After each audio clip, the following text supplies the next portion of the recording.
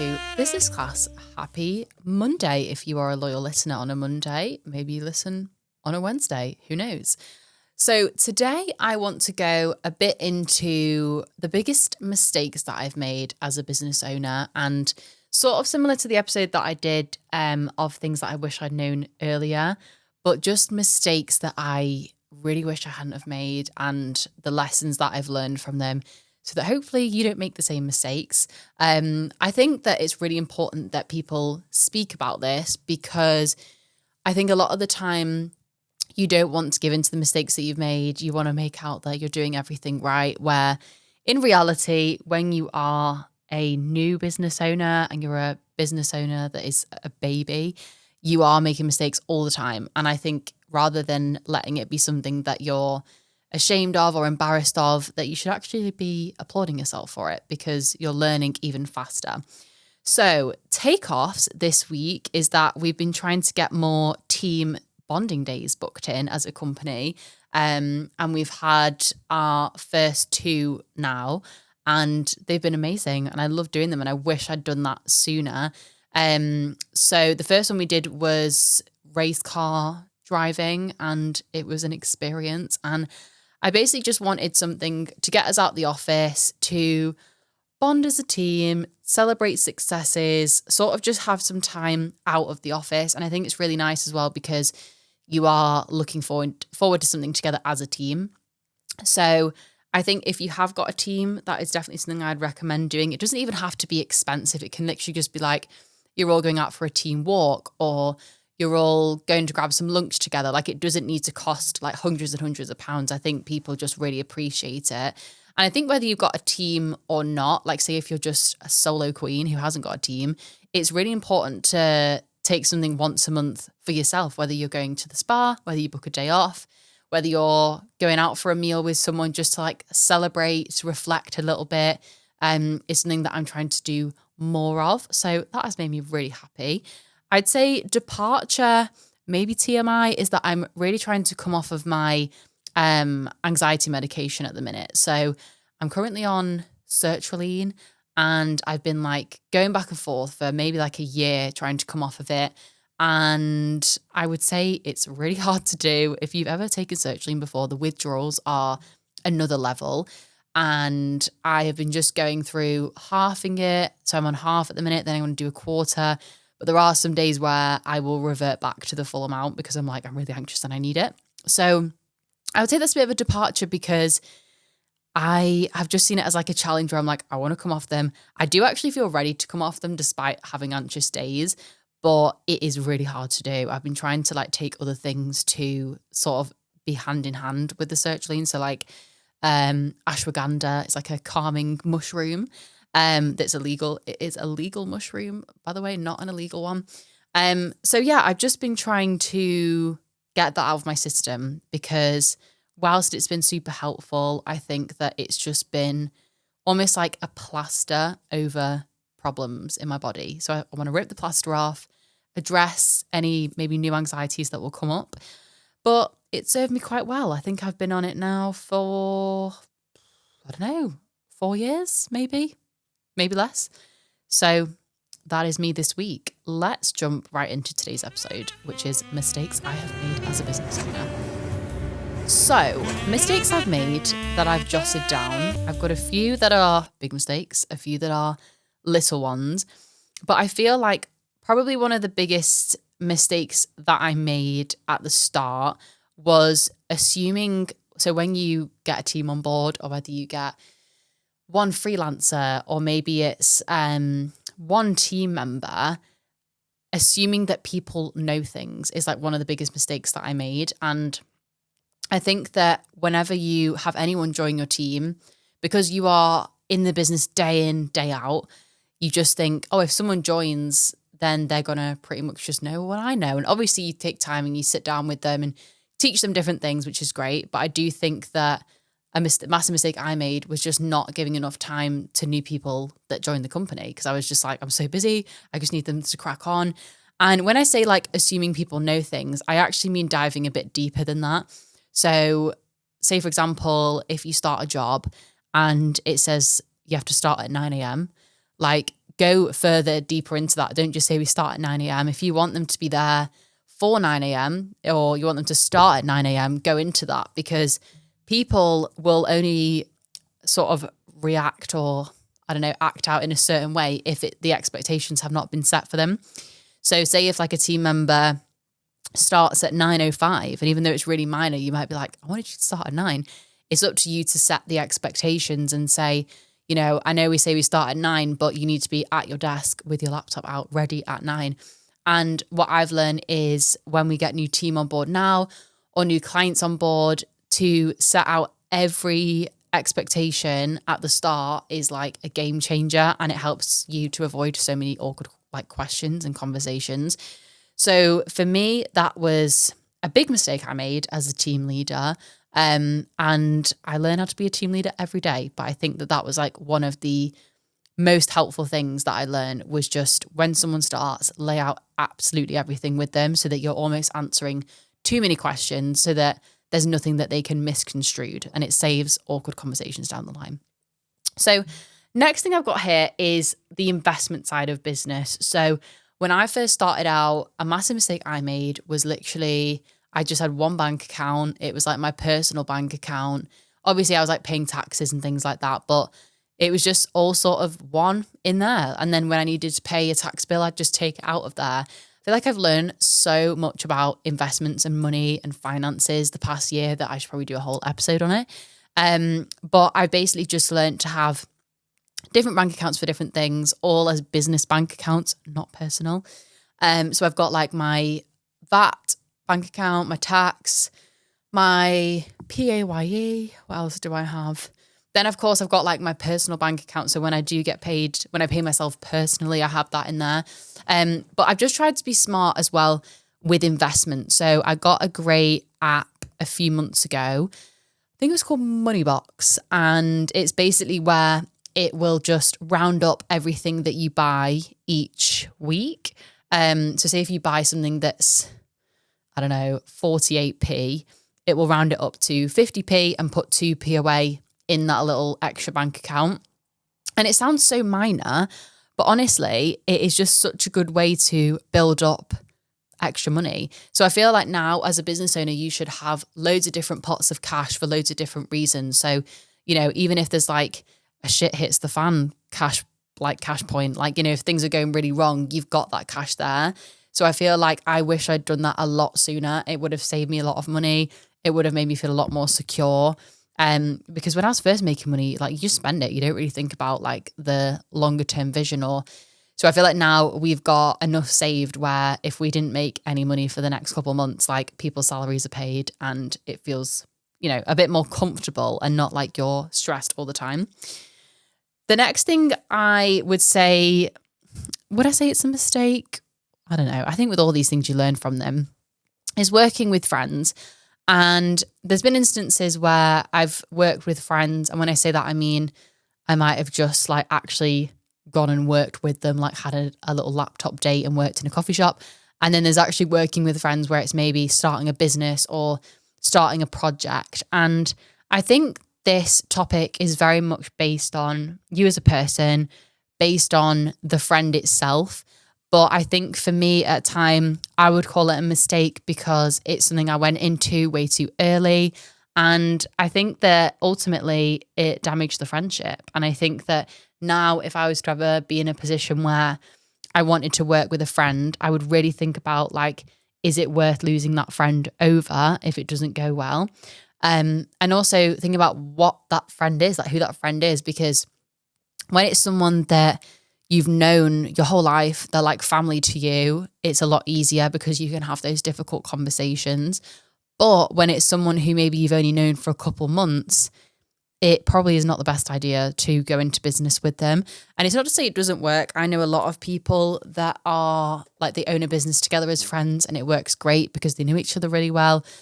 But I feel like I've not met that many people that have a really good relationship with someone that's in business with a friend. And I think it's different when you start out as colleagues and you become friends. But I think that if you have a friend and you start a business with them, it doesn't always go well. And it's really important to, again, like the first point, set expectations out really, really clear at the start. Another mistake I made that I wish I'd done sooner was just like putting things off. So like I am sometimes the queen of putting things off because I'm someone that likes like instant reward from things. Because I'm so busy, I'm like, I just want to see what would you call it, like the end goal of things. I'm not a very patient person.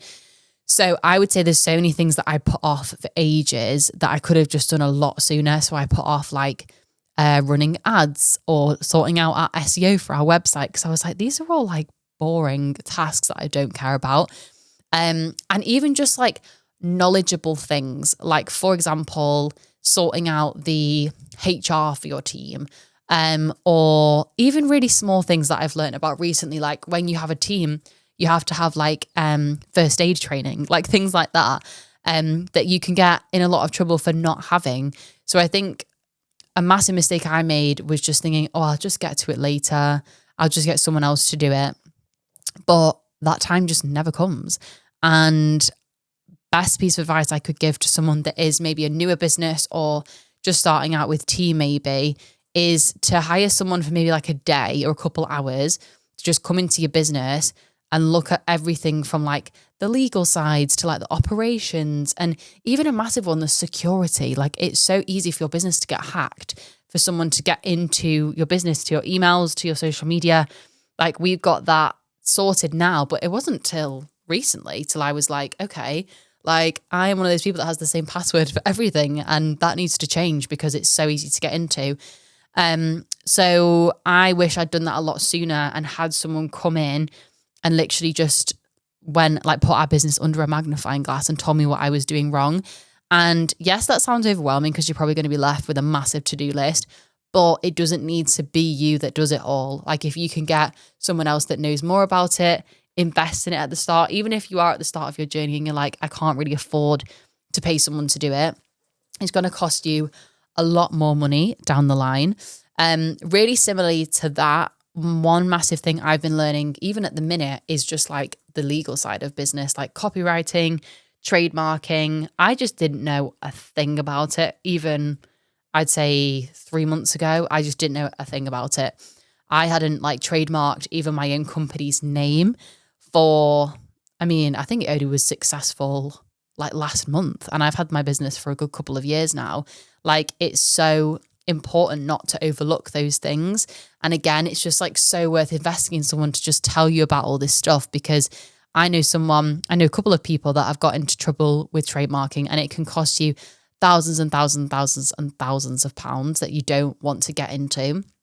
So I would say whatever you're bringing out, whether that's a course, whether you literally are doing something where it's like a day event and you want to call the event, I don't know, social media with a side of something, I don't know, you need to have it trademarked first. Like you can't just call it that. And yes, obviously you can be risky and you're like, oh, my business isn't even that big, but it's just worth it to pay a little bit of money just to get it trademarked, just so that you're not falling into fire later, because I've been there and it's absolutely terrifying.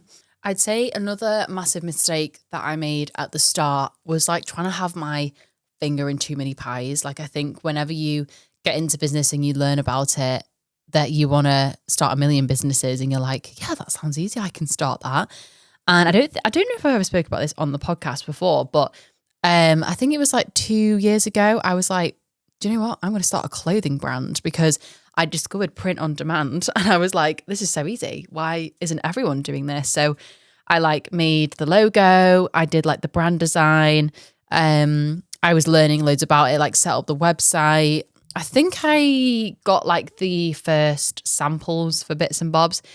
And the mistake I made there was just that I was just making it because it seemed easy to do. I actually didn't need it at all. So now I always think about like, if I have an idea, is it needed, or is it just like one of my sporadic entrepreneurial ideas?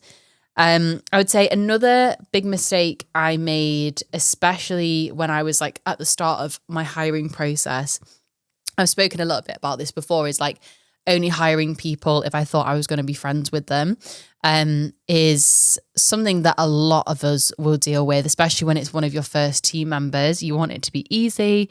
You want to enjoy working with this person. But it just makes it even harder when you need to have difficult conversations. And yes, it's good to be everyone's friend and for everyone to think you're a cool boss. But a lot of the time, one of the best things you can do is just be a little bit distant and not sort of be best friends with people, because it just makes it harder. And I wish that I'd known that sooner. Massive mistake I made as well when it comes to things like feedback and team, and I also do this in life in general, is avoiding hard conversations. So whenever I feel like, I don't know, the energy's a bit off with maybe me and a friend or me and a family member, instead of just like directly saying, do you know what, I'm just going to ask them what the problem is and sorting it out, I let it fester for ages because I'm like, I'd rather just not speak about it. And it makes it so much worse in the long run. So I always like to try and do something to initiate the conversation and like rip the bandage off so that it's done. So say that there maybe is a difficult conversation you need to have with a team member. It's just like sending them a message and saying, hey, can we book in a chat for Monday at 10 a.m? And then it's booked in and you can't really go back on it. It's just so much easier, and it's always going to be uncomfortable, but just getting it booked in is one of the best things you can do. I'd say another mistake I made was doing a lot of the work myself instead of delegating things. And you literally can't move forward any further in business when you're always doing things. And that's definitely something that I'm trying to learn and put into place at the minute, is like, what can I delegate? Because it's actually stopping me from growing what I need to grow and to grow the business itself. But I think that when you are the business owner yourself, you're such a perfectionist and you want everything done a certain way. And you're like, oh, I can just do it. Like, I do that all the time. I don't know if anyone else does that. Like, if someone's not doing something the way I want it, I'm like, oh, just give it here, I'll just do it. And it's just like, you can't keep getting sucked back into things and doing everything yourself. So I think definitely write out a list of like your jobs and responsibilities that you have, like no matter what your job is, and what truly can you only do and what can be outsourced that you don't need to spend your energy on. And also, I love to write out each month or so what I do as a job, like my job roles, and how much of an impact it's going to have on the business growing. So say if like one of my job roles is answering the emails, which sometimes I'll get tied into because I'm such a perfectionist with emails, because I'm like, if that is said even in the wrong tone to a client, then we could lose the client or it could give us a bad reputation. So I'm very nitpicky on how certain things are said. But is it actually, is me doing the emails going to get the business any further forward? No. And are the team capable of answering the emails themselves? Yeah, like they probably are. Well, I know they are.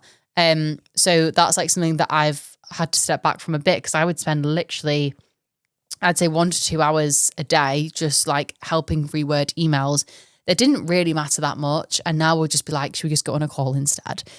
So it's just thinking about like what job roles you have and how much of an impact they're making. And your job roles should be making a big impact. You shouldn't be doing low impact things. Another massive mistake I made in the start was not setting boundaries with people and with clients, always being available. And I think that everyone goes through this at the start. Like you want to be available for your clients. And I think that it's such a powerful skill when you get to a point when you can say no to people. And even like outside of work as well, like anything I'd be invited to, I would go to. And it just makes you feel exhausted and extremely burnt out. So I've been really trying to practice saying no, being silent, not having to justify why I'm making a certain decision. And it is the hardest thing when you've got so much on all the time. And the most restful thing you can do is say no and rest and rejuvenate. Like whenever I would have a weekend where I was doing nothing, I'd feel so guilty because I'm like, oh, I could have gone out and saw this friend, or I could be working more in the business, but my body needed that rest. And that was the most productive thing that I could have done. Another one that I've spoken about a little bit before is contracts. So I feel like I've had contracts for a good while when I started out, but just making sure that anything at all that is changed with deliverables is changed in the contract, like any single time, because it's so easy for people to say, well, you said this or you said that. But if it's not in the contract, then it doesn't count for anything. So I feel like I am very, very on it with contracts now. If anyone wants to change anything, it's changing the contract straight away, because unfortunately, like, people will screw you over in business, and there's going to be times where people are going to put words into your mouth, or they're going to say, well, you said I could do that. If it's not in the contract, it didn't count. And I'm very good with like making sure that they're edited as and when they need to be. Another one that I'm trying to put into place at the minute was that I never celebrated wins enough. So I am someone that's just like, if something good happens, I'll be like, oh, that's good, and then move on to the next thing. There's not many times really where I sit there and go, wow, that was incredible. Like, let's reflect on it. So like I said, matching the achievement with something. So is it that when you hit, I don't know, 10K on Instagram, you're going to book yourself a nice meal? Is it that when you hit a certain financial month that you're going to book a day at the spa? Like, we need to start reflecting more. And yes, it sounds like superficial to be like, oh, I needed to hit the spa when I've achieved something huge. It's so good to reflect on things and think about why they've worked well, and then focus on what the next thing is that you're working towards. I would say another thing, again, I would say that I'm still working on, I wouldn't say that it's like fully healed, is things to do with like validation. So I think I find it really hard to separate who I am in business versus who I am outside of my business. So say if like I have a client that's unhappy, I will take it really personally, and I'll be like, how can you not be happy with that? Why don't they like me? But it's nothing to do with you at all. Like, who you are outside the business, like, they don't know you. It's not personal towards you. And I would say I'm a lot better at it now, but I used to be very just precious over everything, very emotional. So that when I did get people that didn't maybe understand my decisions, or, you know, whether that is like friends, family, team members, I sort of confused that validation with leadership. And I always thought that when a client wasn't happy, it has something to do with me. It's got absolutely nothing to do with you. Like, it's literally just a exchange of services. Like, it's not deep, it's not personal. And it doesn't mean that you're bad at your job. Like, if you have someone that's not happy, and that is something that I've been trying to put in place recently, is like understanding my values, what I stand for, what I'm proud of, what I know I'm really good at, so that when you get people that do question it, that it doesn't completely shake your world and you're like, I don't know how to react to that. And sort of like linking up to validation, again, something that I'm still making mistakes on and still learning about, is getting validation from too many people. So I feel like when you are a founder of a business or CEO of a business and you're by yourself, obviously you've got like your team around you to ask questions and help you out in certain situations. But one thing that I do that's really bad that I shouldn't do is, if I've got to make a big decision, or maybe I've got to have a big, I don't know, conversation with someone, I will literally ask everyone what their opinion is, which is, for me, something that I need because I want to make sure I'm doing the right thing. But I feel like as a leader, you need to be so much more secure in your own decisions. And also that translates to many areas of the business, and it makes people feel confident in you. Like, I want to be someone that's confident in making my own decisions without asking everyone. Because I'll usually ask like my mum, my boyfriend, my sister, my friends, like everyone. I'll be like, what should I do? What do you think I should do? Do you think that's the right thing? And yes, it's good to get like validation from people and to get them to go, yeah, I would say that. Yeah, I wouldn't say that. But I think when you do know your values enough, you should just be able to go, do you know what? No. Or do you know what? This is what I think, and not have to second guess it. So that's something that I'm trying to exercise my own brain and learn to do, is like, when I'm faced with a tough situation, what would I do? Or like, what would the highest version of myself do? And not have to ask so many people, because it is exhausting. And sometimes it can actually cause more harm than good, because I will ask so many people and not get the answer that I want. Or I might say, oh, well, I was thinking of doing this. And they might go, no, I think that's the complete wrong decision. And then I'll then take that as a personal attack. So it's something that I'm still learning how to do and understanding. But I think it's such a strong skill to have, to be so sure of yourself, so self-aware, confident that you don't need validation from 100 different people. That is like one of the strongest skills you can have as a leader that I'm still making my way there with. So I'm going to wrap up this ep. I hope it was helpful. I feel like it was just sort of a brain dump of everything I've been learning recently. And I would say that it's all stuff that I've implemented within the past 6 months. Like, it's all pretty new stuff to me, but that's the point of the pod. You know, I want to share what I'm learning and what I'm making mistakes with and what things I wish I'd learned sooner. It's hard work, but I actually love this part of the business. Like, learning from mistakes, learning things all the time is the best part of the job, even though it doesn't always feel like it. So I hope you enjoyed this episode. If you enjoyed it, please rate it 5 stars on Spotify, Apple, wherever you're listening to. It takes 2 seconds to do. If you've got any recommendations for future episodes or any guests, please let me know, and I will see you in the next episode.